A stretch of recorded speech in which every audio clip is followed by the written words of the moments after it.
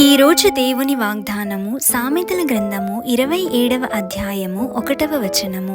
రేపటి దినమును గూర్చి అతిశయపడకుము, ఏ దినమున ఏది సంభవించునో అది నీకు తెలియదు.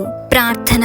పరిశుద్ధమైన దేవ, కృపగల తండ్రి, మీ పాదములకు లెక్కలేని స్తోత్రములు చెల్లిస్తున్నాం ప్రభా. ఈ ఉదయకాల సమయములో ఈ రీతిగా మమ్మల్ని హెచ్చరిస్తున్నందుకు మీకు వేలాది స్తోత్రములు తండ్రి. అవును ప్రభా, అతిశయించే మనస్సును మాలో నుండి తీసివేయండి. దీన మనస్సు కలిగి జీవించే కృపను మాకు దయచేయండి తండ్రి.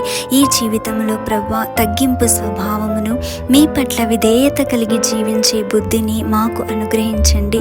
రేపటి దినమును గూర్చి అతిశయపడకుండా ఉండే కృపను దయచేయండి తండ్రి. అవును యేసయ్య, ఏ దినమున ఏది సంభవిస్తుందో మాకు తెలియదు తండ్రి, కానీ సమస్తమును ఎరిగిన దేవుడవు ప్రభువా, మీ చిత్తమును తెలుసుకుని దాని ప్రకారముగా జీవించే కృపను మాకు దయచేయండి. ప్రతి దినము కూడా తండ్రి, మీరు మాకు జీవితంలో ఇచ్చే బహుమానముగా మేము కృతజ్ఞత కలిగి జీవించే కృపను దయచేయండి. మా ఆలోచనలు, తలంపులు అన్నీ కూడా మీ చిత్తానుసారంగా ఉండే భాగ్యమును అనుగ్రహించుమని నజరేయుడైన యేసు నామములో అడిగి వేడుకొని పొంది ఉన్నాము తండ్రి. ఆమేన్.